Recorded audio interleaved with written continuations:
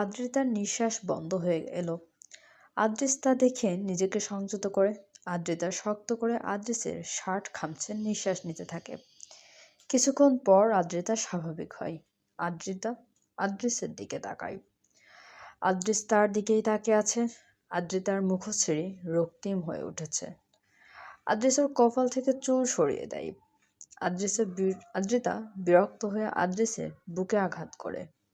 বদলোক, ছাড়ুন আমাকে, খেয়েই ফেলুন একেবারে। আদ্রিস নিচের ঠোঁট লিক করে। ইচ্ছে তো করছে, দিবি খেতে? আদ্রিতার চোখ বড় বড় হয়ে যায়। ছাড়ুন আমাকে, বেহায়া।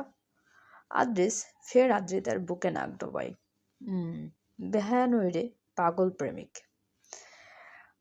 আদ্রিতা হেসে ফেলে, কারণ ওর সুরসুরি লাগছিল। হাহা, ছাড়ুন, সুরসুরি লাগছে। আদ্রিস মাথা উঠাই। আদ্রিতা তা দেখে থেমে যায়, দুজন দুজনের দিকে তাকিয়ে। এমন সময় আদ্রিস উঠে বসে। আদ্রিতাকে হাত ধরে উঠাই। কোথায় সুরসুরি দেখা? ছাড়ুন, কোথাও না। না, আমি দেখব। আহা না। আদ্রিস আদ্রিতাকে ফের বিছানায় ফেলে কাতুকুতু দেওয়া শুরু করে। আদ্রিতা শব্দ করে হাসছে। সেই হাসির শব্দ বাইরে পর্যন্ত পৌঁছে গেছে। প্রিয়া ওদিক দিয়ে হাঁটছিল। আদ্রিতার হাসি শুনে সে থেমে যায়। দরজা খোলা। প্রিয়া উকি দিল। আদ্রিতার এত কিউট মুহূর্ত দেখে সে খুশি হলো ভেতর থেকে। এরপর ওদের ডিস্টার্ব না করেই সে চলে গেল। বাগানের এক কোণে বসে আছে মীরা। তার মাথায় অনেক প্রকার কথা চলছে। ভবিষ্যৎ নিয়ে মীরা ভীষণ চিন্তিত। এভাবে থাকা যাবে না, এসবই ভাবছিল সে। হঠাৎ পাশ থেকে কেউ তারকে হাত বাড়িয়ে একটা ফুল দিল। মীরা ফিরে চাই। সায়ের বসে তার পাশে। কি ভাবছেন মিস মীরা? মীরা ফের আকাশের দিকে তাকায়। কিছু না, ভবিষ্যৎ নিয়ে চিন্তায় আছি। সায়ের হাতের ফুলটা মীরার কানের কাছে গুজে দেয়। মীরা অবাক হয়ে তাকায়। সায়ের মিষ্টি হেসে মীরার চুলে হাত বোলায়। তুমি আদ্রিসের সাথে কতদিন থাকতে পারবে? এভাবে একটা বেকার মেয়ে হয়ে কিভাবে ছোট ভাইয়ের সাথে রাশিয়া যাবে? আদ্রিস তোমার আপন ভাই না? হ্যাঁ, আপনের মতোই, কিন্তু সারাটা জীবন ওর ঘাড়ে বসে থাকাটা কেমন লাগবে? এসবই ভাবছো, তাই না? মীরা অবাক হয়ে তাকিয়ে আছে সায়ের দিকে। সায়ের মীরার হাত ধরে শক্ত করে। এসব নিয়ে ভেবো না মীরা। তুমি সারাটা জীবন আদ্রিসের সাথে থাকলেও আদ্রিস কিচ্ছু বলবে না। তোমার উপর আমার বিশ্বাস আছে। তুমি কিচ্ছু একটা হবে। আর যদি তাও সমস্যা হয়, তবে আমার গার্লফ্রেন্ড হবে। আমরা দুজন রাশিয়া গিয়ে বিয়ে করব দুজন। কথাটা শুনে মীরা অবাক হয়ে তাকিয়ে রইল। কি বলে এই লোক? কিসের ভিতর কি বলল? মীরাকে অবাক করে দিয়ে সায়ের মীরার সামনে মাটুতে হাঁটু গেড়ে বসে। মীরার হাত ধরে আবার বলে, please Meera, I love you. Meera এমন সিচুয়েশনে কি বলবে তা বুঝতে পারছে না। কি বলা উচিত তার? এটা কিন্তু ফাহিম, এটা ঠিক ফাহিম ওকে চিট করেছে, কিন্তু মীরা ফাহিমকে ভালোবাসতো। কলেজ থেকে ওদের প্রেম ছিল। মীরাকে কনফিউজড দেখে ছায়ের বলে, তুমি সময় নিতে পারো মীরা। মীরা উঠে দাঁড়ায়। কিছু মনে করবেন না, সময় নিয়েও আমার উত্তর বদলাবে না। স্যার, আমি এসবের জন্য প্রস্তুত নই। আমাকে প্লিজ ভুল ভাববেন না। আমি ফাহিমকে ভালোবেসেছিলাম। আরও ধোঁকাবাজ হলেও আমার সময় লাগবে। কথাটা বলে মীরা ভিতরে চলে যায়। সায়েরের চোখে থাকা আলোটুকু যেন নিভে গভীর অন্ধকারে পরিণত হলো। সায়ের হাত মুঠো করে নেয়। চল শক্ত হয়ে আসে ওর। নিজেকে সংযত করে উঠে দাঁড়ায়। মীরা যাওয়ার দিকে তাকিয়ে বলে, মীরা, তুমি যে বাধা পড়েছ, সরি টু সে, বাট ফেরার পথ যে বন্ধ। সময় নাও, সময় নিয়ে খাঁচায় এসো। খাঁচার দরজা তোমার জন্য খোলা 24 ঘন্টা। রাতটা ওভাবে কেটে যায়। পরের দিন সকালে ব্রেকফাস্ট টেবিলে বসে আছে সবাই। আদ্রিতা আর মীরা কাজ কিচেনে রান্না করছিল। রান্না শেষ করে দুজন বেরিয়ে আসে। মীরাকে দেখে বোঝা যাচ্ছে মীরা সারা রাত ঘুমায়নি। তবে ছায়ের যেন পুরাই বদলে দিয়েছে রাত থেকে। গিয়েছে রাত থেকে। সে আর যেতে কি মীরার সামনে থাকলেও কথা বলছে না। মীরা এমন আচরণ দেখে বেশ অবাক হচ্ছে, কিন্তু কিছুই বলছে না। আদ্রিতা খাবার বেড়ে দেয় আদ্রিসকে। সায়েরের কাছে ছিল মীরা। মীরা খাবার দিতে নিলে সায়ের আদ্রিতাকে বলে, আদ্রিতা, খাবার দিবে না প্রিন্সেস? আদ্রিতা মিষ্টি হাসে, সায়েরের প্লেটে খাবার তুলে দেয়। মীরা পিছিয়ে যায়। সে বুঝতে পারে সায়ের ইচ্ছে করেই বলেছে যাতে মীরার থেকে খাবার না নেওয়া লাগে। মীরা সরে আসে খাবারের সায়েরের পাশ থেকে। ব্রেকফাস্ট টেবিলে সবটা স্বাভাবিক হয়। তবে আদ্রিস কিছুটা বুঝতে পারে যে সায়ের এবং মীরার ভেতরে কিছু চলছে। ব্রেকফাস্ট শেষে আদ্রিস সবাইকে তাদের পাসপোর্ট আর ভিসা ধরিয়ে দেয়। আমরা পরশুদিন দেশ ছাড়ব। মীরা পাসপোর্টের দিকে তাকিয়ে আছে। আদ্রিস তা দেখে মীরার দিকে এগিয়ে যায়। মীরা আপু, কি হয়েছে? মীরা মাথা তুলে তাকায়। সবাই তার দিকেই তাকিয়ে। মীরা মিষ্টি হেসে জবাব দেয়, কিছু না, আমি খুব খুশি। আদ্রিস, একটু বাগানে চল। আদ্রিস মীরাকে নিয়ে বাগানে চলে যায়। মীরা এবং আদ্রিস বাগানে থাকা দোলনাটায় বসে। আদ্রিস, ভাই আমার, দেখ, আমার মনে হয় না আমার রাশিয়া যাওয়া ঠিক হবে। কেন? আদ্রিস, কিভাবে বোঝাবো বল? আমার কোনো কোয়ালিশন নাই। রাশিয়ায় গিয়ে আমি কি বসে থাকবো বল? আদ্রিস কথাটা শুনে হেসে ফেলে। মীরা তাকিয়ে আছে আদ্রিসের দিকে। কি হলো, হাসছিস কেন? তুমি কি পাগল? কে বলেছে তোমাকে কোয়ালিশন থাকতে হবে? আমি তো আছি। কিন্তু আদ্রিস মীরাকে সম্পূর্ণ কথা শেষ করতে না দিয়ে মীরার হাতে হাত রাখে। আপু, রিল্যাক্স।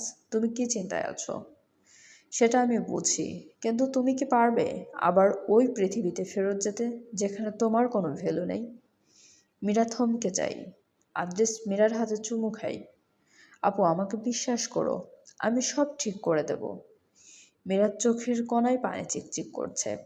আদ্রিস তা দেখে মীরাকে জড়িয়ে ধরে। মীরাও আদ্রিসকে জড়িয়ে ধরে। জারিফও হয়তো আজ আমার জন্য এতটা করতো না। আদ্রিস মীরার পিঠে হাত বুলায়। আপু, আমি তোমার ভাই, কখনো এটা ভাববে না আমি তোমার খালাতো ভাই। মাধবী বেগম বসে আছেন নিজের রুমে। তার চোখ দুটো ফাঁকা। এত বড় মেনশনটাও ফাঁকা। তার দুটো বাচ্চা কেউই এখানে নেই। মা বাবার সিদ্ধান্তের সামনে ছেলে মেয়ে ঝুঁকে গেলে জীবনটা তাদের সেভাবেই কাটে। আর যে ছেলে মেয়ে ঝুঁকে না, তাদের জীবন থেকে মা বাবাই আলাদা হয়ে যায়। কথাগুলো ভাবতে ভাবতে মাধবী বেগমের চোখ ভরে ওঠে। হঠাৎ করে দরজা খোলার শব্দে তার ধ্যান ফিরে। আশরাফ খান রাগে ফুঁসছেন। মাধবী বেগম অবাক হয়ে তাকালেন। কি হয়েছে? তোমার বোন জামাই আমার নামে কেস করেছে। আমি নাকি তার মেয়ে মীরাকে আটকে রেখেছি। মাধবী বেগম অবাক হলেন। কি? হ্যাঁ, মহিলাকে কল করো, বলো এসব ফালতু গেম আমার সাথে না খেলতে। এমনিতেও আমার মাথায় কম চাপ না, তার উপর এসব কাণ্ড শুনে আমার অনেক রাগ হচ্ছে। আফজালকে সাবধান হতে বলিও। আশরাফ খান রেগে মেগে ওয়াশরুমে চলে গেল। মাধবী বেগম তাকিয়ে রইলেন। তিনি দ্রুত বোনকে কল করলেন। 2 রিং হতেই মাহিলা বেগম কল তুলে নেন। হ্যাঁ আপা, বলো। আফজাল এসব কি করেছে? ও নাকি আশরাফের উপর কেস করেছে মীরাকে লুকিয়ে রাখার জন্য। কিন্তু মীরা তো আদ্রিসের সাথে আছে। আসলে আপা, আদ্রিসের নামে বাংলা পুলিশ কেন কোনো কেস নিচ্ছে না, তাই হয়তো রাগ হয়ে এই কাজটা করেছে। মাহিলা, তোরা কি পাগল? তোরা মীরাকে নিয়ে নিবি আদ্রিসের মেনশনে যা। তোরা কেন এসব কেস করতেছিস? এতে আমাদের সম্মান থাকবে? মাহিলা বেগম শক্ত কণ্ঠে উত্তর দিলেন। আবার সবসময় চুপই থাকি। আদ্রিসের পাগলামি আর নেওয়া যাচ্ছে না। ঘাড় টানলে মাথা আসবে, তাই তো এই কাজ। কথাটা বলে মাহিলা বেগম কল কেটে দেয়। মাধবী বেগম অবাক হয়ে গেলেন। এটা কি তার বোন? এসব কেন করছে সে? তবে কি শুধুমাত্র ঐশীর সাথে আদ্রিসের বিয়ে দেওয়ার জন্যই মাহিলা এত ভালো আচরণ করতো তাদের সাথে? স্বার্থ শেষ, সম্পর্কও শেষ। মাধবী বেগম কিছু বুঝে ওঠার আগেই কলিং বেলের শব্দ। মাধবী বেগম বেরিয়ে দেখলেন পুলিশ দাঁড়িয়ে। জি, কাকে চাই? আশরাফ খান। আমার কাছে খবর আছে তিনি আপনার বোনের মেয়েকে আটকে রেখেছেন। কি? মাধবী বেগমকে আরও কিছু বলতে না দিয়ে পুলিশ ভেতরে পৌঁছে যায়। পুলিশ গিয়ে আশরাফ খানকে বেরিয়ে নিয়ে আসে। মাধবী বেগম যুক্তিতর্ক করতে করতে ওরা আশরাফ খানকে নিয়ে চলে যায়। অথচ এটা কেন হচ্ছে কেউই জানে না। আশরাফ খান একজন প্রতিষ্ঠিত বিজনেসম্যান। এসবের পেছনে আফজাল শেখ নেই, আছে বড় কেউ। না হলে তাকে এভাবে তুলে নিয়ে যেতে পারে না। মাধবী বেগম ভেঙে পড়েছেন। তিনি দ্রুত আদ্রেসকে কল করে, কিন্তু আদ্রেস কল তুলছে না। মাধবী বেগম তাই ঠিক করলেন তিনি আদ্রেসের মেনশনে যাবেন। আদ্রিতা একটা লাল টুকটুকে ড্রেস পরেছে। ড্রেসটা তার ভীষণ পছন্দ হয়েছে, তাই সে সবাইকে দেখাচ্ছে। সবাই প্রশংসা করছে, সায়ের বোনের কপালে চুমু খাই। এতদিন পর পিচ্চি বোনটাকে পেয়েছে, আদর না করলে হয়? তবে সেই সকাল থেকে একটা বারো ছায়ের মীরার দিকে চোখ তুলে পর্যন্ত তাকায়নি। মীরা বড্ড হতাশ। সে অনেকবার চেষ্টা করেছে কথা বলতে, কিন্তু পারেনি। আদ্রিতা হঠাৎ করেই কোনো একটা কাজে সেখান থেকে চলে যায় উঠে। সেই মুহূর্তে ওখানে শুধুমাত্র মীরা আর সায়ের ছিল। মীরা হাতে নখ দিয়ে খেলতে খেলতে ভাবছে সে কথা বলবে কিনা। আদ্রিতা সোজা হাঁটছিল, এমন সময় এক হ্যাঁচকা টানে আদ্রিতা বাম দিকে চলে যায়। আদ্রিতা কিছু বলার আগেই আদ্রিস ওর মুখ চেপে ধরে। আদ্রিতা আদ্রিসকে দেখে শান্ত হয়। কি রে, লাল পরে পাগল বানাবে ভেবেছিস? আদ্রিতা ভ্রু কুঁচকে তাকায়। আদ্রিসের মাথা কাজ করা বন্ধ করে দিয়েছে। সে ওয়ার্নিং ছাড়াই আদ্রিতের ঠোঁটের উপর হামলা চালায়। আদ্রিতা কিছু বলতে পারে না। ওর হাত দুটো দেয়ালের সাথে চেপে ধরে আসছে আদ্রিস। ভীষণ হিংস্র হয়ে ওঠে আদ্রিস আদ্রিতাকে কাছে পেয়ে। সে রাস্তা দিয়ে দুর্ভাগ্যবশত হাঁটছিল রেভেন। আদ্রিতার ও মম শব্দ শুনে রেভেন কিছুটা ভয় পেয়ে যায়। রেভেন সেদিকে গিয়ে সামনের দৃশ্য দেখে ফ্রিজ হয়ে গেছে। পেছনে কারোর উপস্থিতি টের পেয়ে আদ্রিস ফিরে যায়। রেভেনকে দেখে আদ্রিতার নিজেকে ছাড়াতে চাইলে পারে না। আদ্রিস ধরে রেখেছে ওকে। কিরে, সিনেমা দেখছিস নাকি? ইয়ে মানে, সরি বস, আমি আমি যাবি নাকি তোর সামনে শুরু করব? আমার হয়নি এখনো। রেভেনের চোখ বড় বড় হয়ে যায়। ওদিকে আদ্রিতা দোয়া করছে কোনোভাবে মাটি ফাঁক হয়ে যাক আর সে নেমে যায় মাটির নিচে। রেভেন তড়িঘড়ি করে স্থান ত্যাগ করে। আদ্রিস ফিরে তাকায় আদ্রিতার দিকে। বিনা বাক্যে আবারও আদ্রিতার অষ্টদয় আবদ্ধ করে নেয়। চলবে। গল্পটি আপনাদের কেমন লাগছে অবশ্যই কমেন্ট করে জানাতে ভুলবেন না, এবং চ্যানেলটি সাবস্ক্রাইব করে আমাদের সঙ্গে থাকুন। অনেক ধন্যবাদ আমাদের চ্যানেলের সঙ্গে থাকার জন্য।